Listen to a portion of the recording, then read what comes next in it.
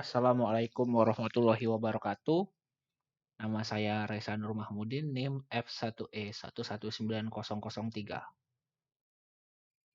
Di sini saya akan mempresentasikan mengenai prototipe produk yang saya buat berdasarkan kondisi agroindustri dan lingkungan hidup yang ada di daerah tinggal saya.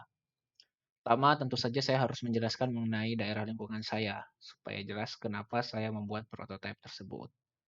Yang pertama, saya tinggal di Desa Trimulya Jaya, Kecamatan Sungai Gelam, Kabupaten Muara Jambi, di mana di daerah tersebut infrastrukturnya masih dalam proses pembangunan, terutama jalan maupun fasilitas publiknya.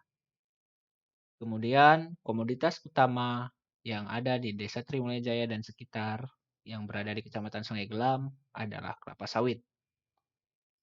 Pusat ekonominya tidak berada di pasar, tapi malah berada di KUD, yang mana ada 3 KUD yang menjadi pusat ekonomi. KUD Marga Jaya dan 2 KUD lainnya. Kemudian kelapa sawit sebagai pendapatan utama masyarakat. Bisa dibilang 90% pendapatan utama masyarakat berasal dari kelapa sawit. Ada beberapa yang berprofesi sebagai guru ataupun petugas dari KUD, tapi mayoritas itu dari kelapa sawit. Komoditas selain kelapa sawit yang ada di daerah tersebut adalah kopi, cabai, dan jamur, ada juga karet, tapi tidak saya masukkan dalam komoditas yang bisa dibuatkan prototipe. Kemudian kondisi komoditas yang ada.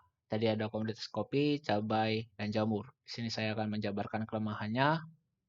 Yang pertama ada kopi, kelemahannya adalah jumlah petani sedikit sehingga harga beli dari petani tinggi. Kemudian tiap petani menanam jenis kopi yang berbeda. Karena jenisnya berbeda, jadi kita tidak bisa mengolahnya secara bersamaan. Sudah jumlahnya sedikit, jenisnya berbeda, maka rasanya juga akan berbeda. Lingkungan dan tanah tidak mendukung untuk ditanamin kopi.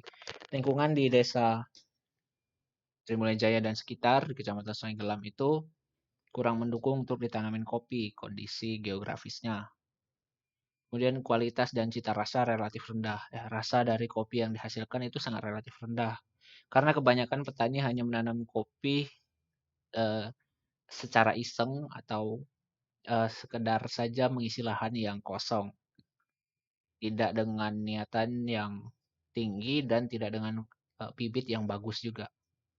Kemudian ada komunitas cabai. Jumlah produksi sedikit, tidak memenuhi kebutuhan pasar, sering terjadi gagal panen saat kemarau. Nah, untuk jumlah produksi sedikit ini karena hanya ada beberapa orang yang bertani cabai di daerah tersebut. Jumlah produksi mereka sedikit sehingga mereka sering menjualnya sendiri kepada konsumen. Jadi kita tidak bisa mengambil keuntungan dari mereka. Dan kebanyakan konsumen langsung datang ke sana. Jumlah produksinya tidak memadai, mungkin hanya cukup untuk satu desa saja, untuk satu orang petani. Kemudian sering terjadi gagal panen saat kemarau. Daerah Sungai Gelam itu ketika kemarau sangat kering, bisa sampai 2 minggu tidak terjadi hujan sehingga akan gagal panen, bahkan tanaman cabainya bisa saja mati. Kemudian ada jamur, tidak ada petani atau masyarakat hanya mencari dari kebun sawit. Jadi tidak ada petani sebenarnya untuk jamur. Tetapi karena di sana 90% atau lebih itu dari kelapa sawit dan jamur merang adalah jamur yang tumbuh dari tongkol buah sawit, maka kebanyakan orang mencarinya bukan bertani. Kemudian petani atau pengumpul menjual saat masih kotor. Nah, petani itu menjual masih kotor, sedangkan kita untuk mengolah jamur itu harus kita cuci dan kita tiriskan. Ini akan menyebabkan beratnya berkurang, sehingga bisa dikatakan kita rugi ketika membeli kotor. Dan ketika kita bersihkan, kita timbang lagi, beratnya akan turun, terjadi penyusutan berat. Kemudian harganya cukup mahal ya, harganya cukup mahal dan ketika terjadi kelangkaan akan lebih mahal lagi. Kemudian ide-ide untuk prototype. Nah, untuk ide prototype itu saya membagi 3 ide. Yang pertama itu jamur atau jamur biasa. Adalah jamur yang telah dibersihkan dan dibungkus dengan kemasan higienis dan dengan ukuran-ukuran tertentu kemudian didistribusikan. Kemudian jamur instan adalah jamur yang telah siap dimasak, sudah diolah dan siap dibumbui untuk digoreng. atau bahkan ditumis. Jadi jamur instan ini jamur sudah siap, kemudian ada bumbunya juga untuk dimasak. Kemudian snack jamur adalah jajanan jamur yang siap untuk dimakan berupa jamur yang digoreng renyah. Kalau ini sudah berbentuk makanan jadi. Jadi ada 3 ide.